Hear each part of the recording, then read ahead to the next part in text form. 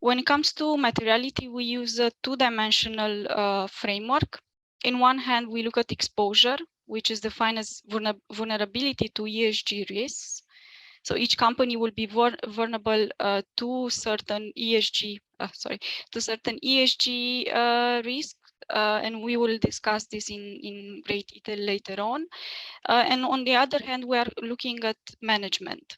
The three building blocks that we identified are material ESG issues, which provide an assessment of exposure on a sub-industry level through identifying which issues are material. Material ESG issues are selected at sub-industry level. Each sub-industry is exposed to certain issues due to the nature of their business. Corporate governance baseline is important for us. We believe that any company that is paying attention to corporate governance, to governance issues, and the G team will have a good management when it comes to ESG risks in general. Corporate governance is measured independent of sub-industry. However, we always integrate a market angle.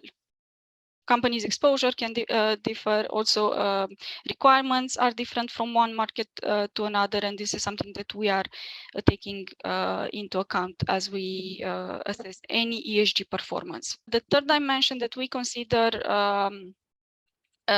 ongoing would be negative events within the sector, but also at company level.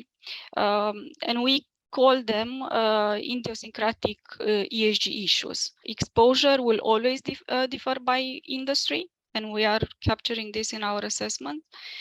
And these differences are the starting point for calculating exposure. Risk exposure may not be fully managed. I mentioned already one example, but certain businesses will always face inherent unmanageable risks. The management risk factor can range between 0 to 100, and 100% will indicate that the risks are fully manageable. We see changes in people's interests, with environmental and social issues becoming more important and influencing everyday consumer decisions. This increasingly also includes investment decisions.